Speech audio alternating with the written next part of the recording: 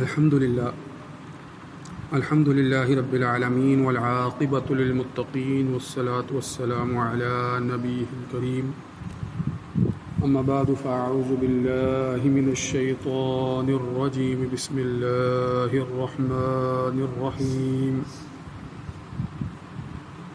ولله على الناس حج البيت من استطاع إليه سبيلا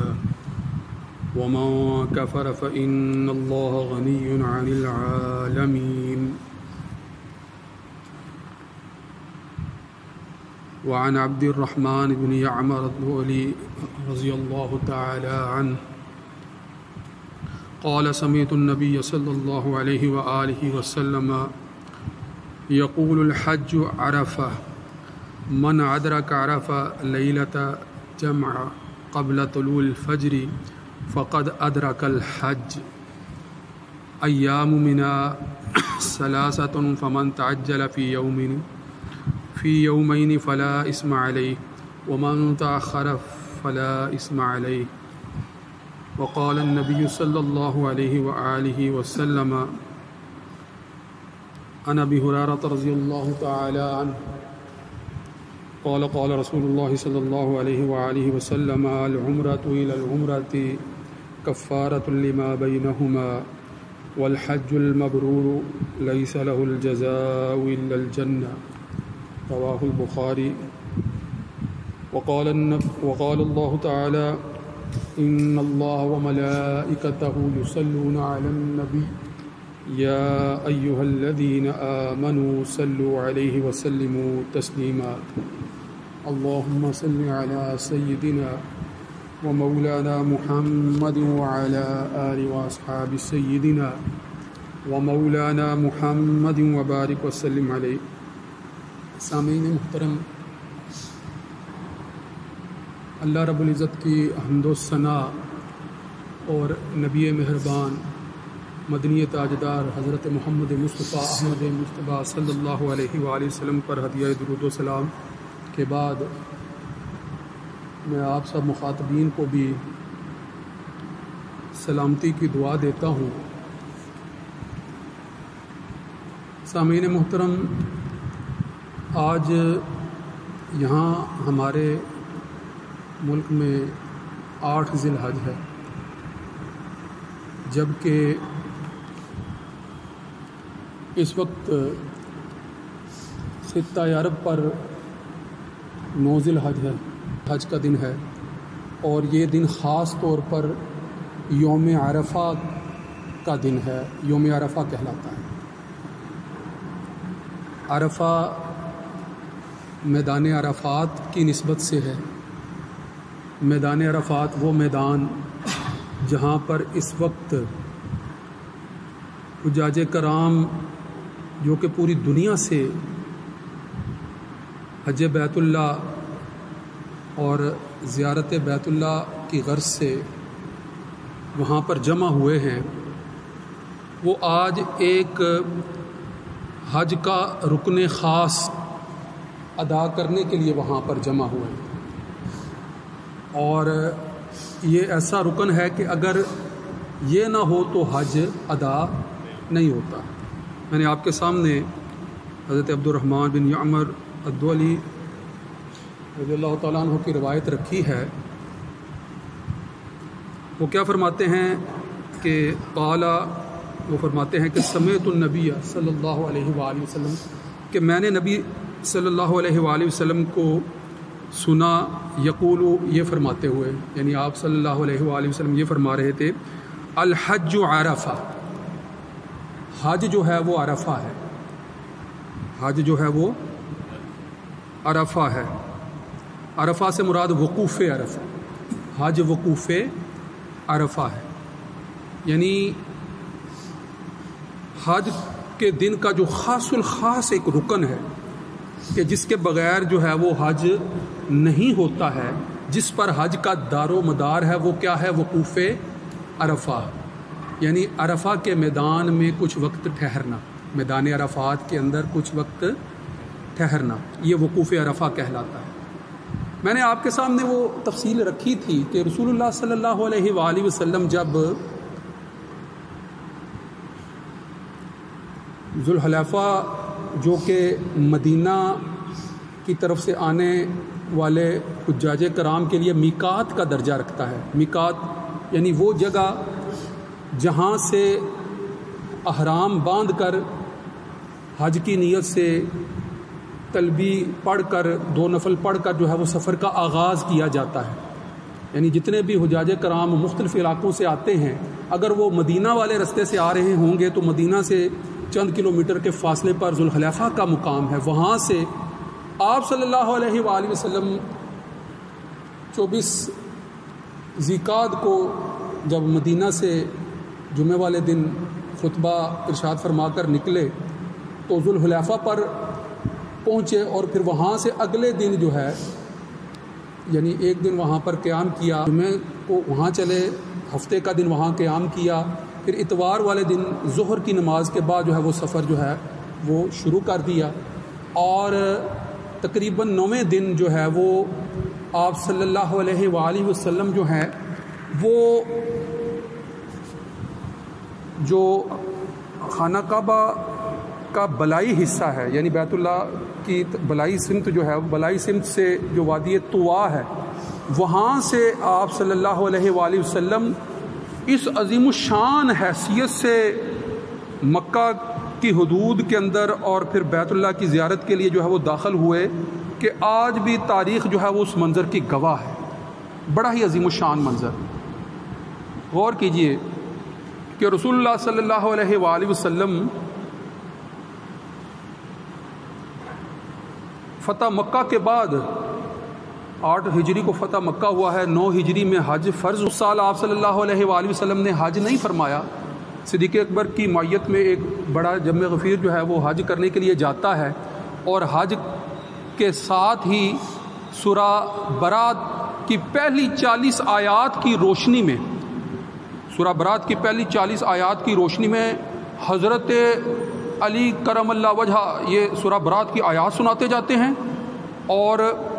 کفار مشرکین منافقین سے بیزاری کا اعلان کرتے جاتے ہیں اور ساتھ ہی یہ اعلان بھی 8 ذی الحج کو فرما دیتے ہیں کہ اب جو ہے وہ کوئی مشرک, کوئی کافر, کوئی اللہ کا انکار کرنے والا حدود حرم میں داخل نہیں ہو سکے گا. اس کو اب حدود حرم میں داخل ہونے کی اجازت نہیں ہے اور نہ ہی جاہلیت کی فرسودہ رسمیں جو ہے وہ اب برقرار رہیں گی اور اس میں جو برہنہ طواف کی رسم تھی اس سے بھی جو ہے وہ اس کے بھی خاتمے کا اعلان کر دیا. اب کوئی بھی ایسی صورت, ایسی رسم, ایسا رواج جو جاہلانہ ہے یا مشرکانہ ہے اس کو حدود حرم کے اندر بیت اللہ میں اختیار نہیں کیا جا سکتا. اب ذرا غور کریں, میں نے پچھلے جمعہ کو تو اس کی تفصیل کی تھی. اب اسی تناظر میں دیکھتے رہیں کہ آپ صلی اللہ علیہ وآلہ وسلم کے 10 ذی الحج میں حج کرنے سے پہلے وہاں سے کفر اور شرک کی نجاستوں کا کس طرح سے خاتمہ کیا جا رہا ہے کہ جب رسول اللہ صلی اللہ علیہ وآلہ وسلم اگلے سال جو ہے وہ وادی طوا سے جو ہے وہ حدود حرم کے اندر جو ہے وہ اترتے ہوئے جو آپ صلی اللہ علیہ وآلہ وسلم کی معیت میں جو ہے وہ لاکھوں کا جو ہے وہ لشکر ہوگا اور وہ لشکر وہ ہوگا کہ جس میں ہر رنگ, ہر نسل, ہر قوم, ہر قبیلے کے لوگ موجود ہوں گے. وہ عظیم الشان لشکر ہوگا. اس سے پہلے غور کریں, جب بیت اللہ فتح ہوا نا, رسول اللہ صلی اللہ علیہ وآلہ وسلم کی سپہ سالاری کے اندر آپ صلی اللہ علیہ وآلہ وسلم کی معیت میں جب بیت اللہ فتح ہوا تو اور ان میں اکثریت جو ہے وہ مدینہ یا مکہ سے جو مدینہ ہجرت کر کے گئے ہوئے لوگ تھے یا مدینہ کے قرب و جوار کے بعض قبائل کے لوگ تھے, اکثریت ان کی تھی. مگر جب آپ صلی اللہ علیہ وآلہ وسلم اب حج کے لیے جو ہے وہ جا رہے ہیں اور جانے سے پہلے جو ہے وہ اعلان عام کر دیا گیا ہے اور 9 ہجری تک جو ہے وہ دور دراز کے عرب کے قبائل کے علاقے جو ہے وہ جوک در جوک دائرہ اسلام میں داخل ہو چکے ہیں. اب کوئی قبیلہ ایسا نہیں ہے, کوئی رنگ ایسا نہیں ہے, کوئی نسل ایسی نہیں ہے, کوئی قوم ایسی نہیں ہے کہ جس کا فرد جو ہے وہ آپ صلی اللہ علیہ وآلہ وسلم کی معیت میں اس عظیم الشان جو ہے وہ فریضے کی ادائیگی میں جو ہے وہ آپ کے ساتھ موجود نہ ہو. اس شان سے آپ صلی اللہ علیہ وآلہ وسلم جو ہے وہ وادی طوا سے اترتے ہوئے حج کے لیے جو ہے وہ بیت اللہ کے طواف کے لیے آگے بڑھ رہے ہیں. غور کریں اس منظر کو. آپ صلی اللہ علیہ وآلہ وسلم اب جس شان سے حدود حرم میں داخل ہو رہے ہیں کہ وہ فرد, ذرا غور کریں, وہ فرد جو یتیمی کی حالت میں پیدا ہوا، غور کریں، وہ فرد جو یتیمی کی حالت میں پیدا ہوا، وہ فرد جو 40 سال تک جو ہے وہ ان کے سامنے جو ہے وہ اوصاف حمیدہ کا، اعلیٰ اخلاق کا نمونہ جو بنا رہا، وہ جس کے صادق اور امین ہونے کی گواہی جو ہے وہ سب دیا کرتے تھے، اسی نبی مہربان صلی اللہ علیہ وآلہ وسلم نے جب اعلان نبوت کیا تو سب مخالف ہو گئے، غور کریں، اور جب سب مخالف ہو گئے تو اب جو ہے وہ پریشان کرنا شروع کر دیا۔ ابتدا میں جو ہے وہ ایک دو لوگ صدیق اکبر، پھر ان کی معیت میں جو ہے وہ چند اور صحابہ، ایک دو لوگ دار ارقم میں جو ہے وہ چھپ کر بیٹھ کر دروازوں کے اوپر جو ہے وہ ایسے تختے لگا کر جو ہے وہ چھپ کر جو ہے وہ دعوت اور تبلیغ جو ہے وہ کرنے والے،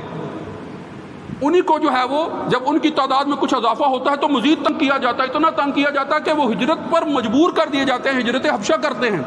جو رہ جاتے ہیں وہ چھپ کر گزارا کر رہے ہیں، ان کو جو ہے وہ زندان میں ڈالا جا رہا ہے، ان پر طرح طرح کی تکالیف جو ہیں وہ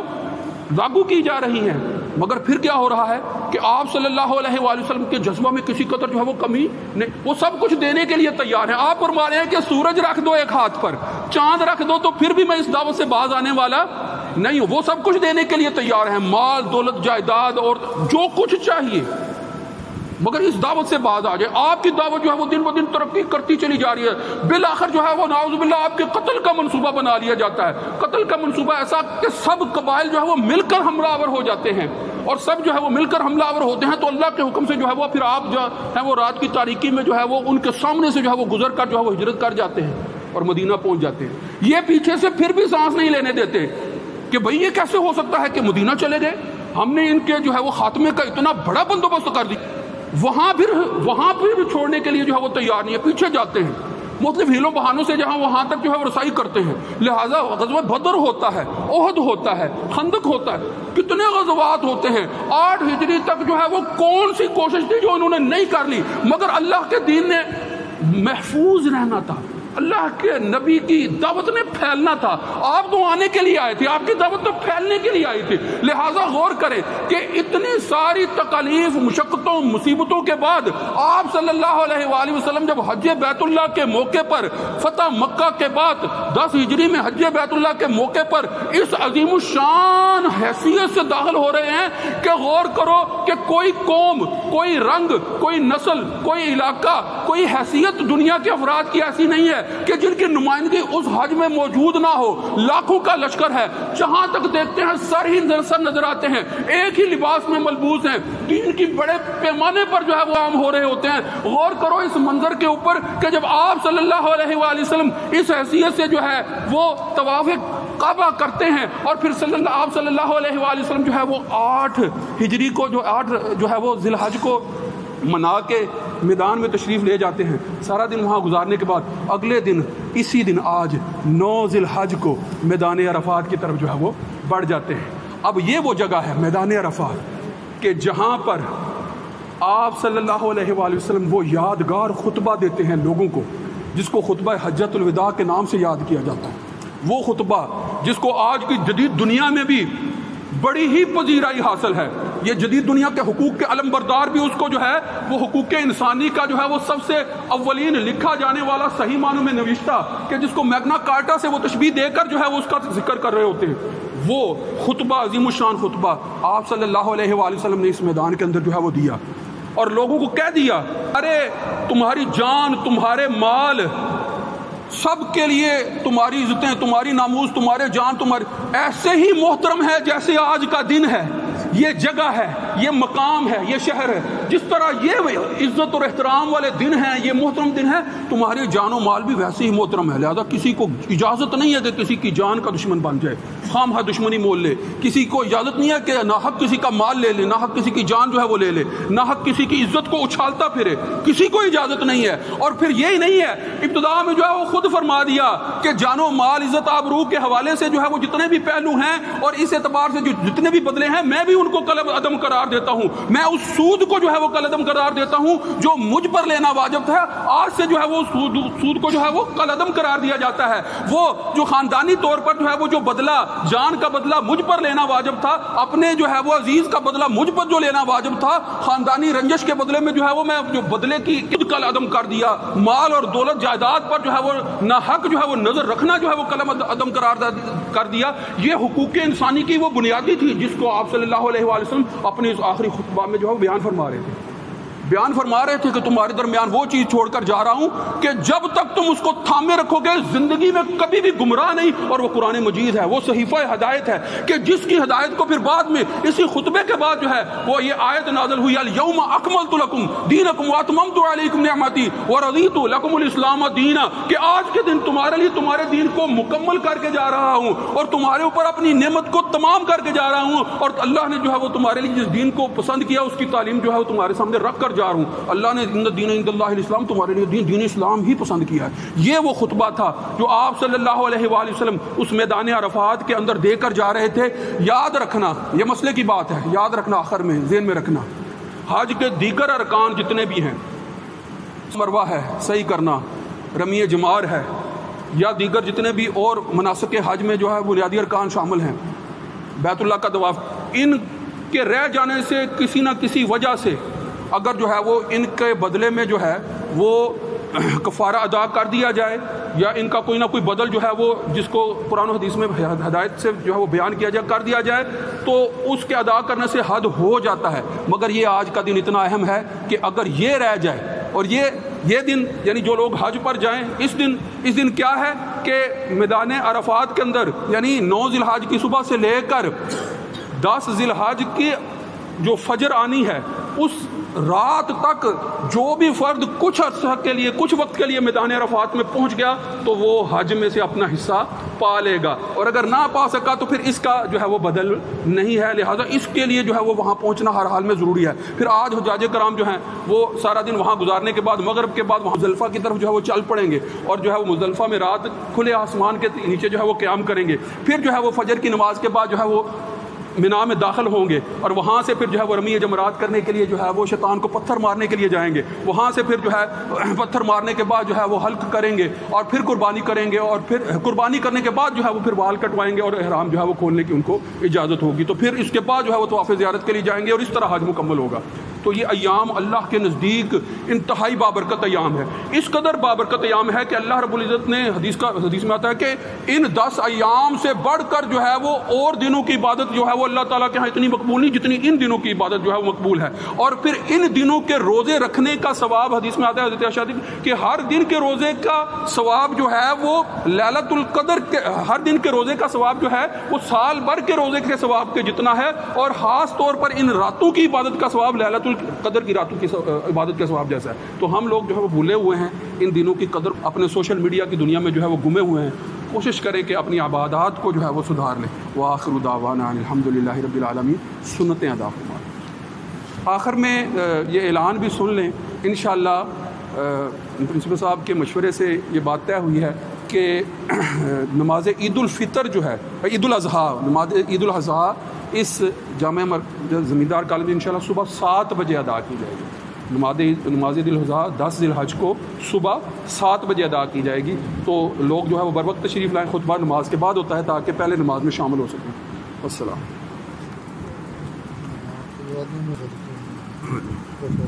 ہاں وہ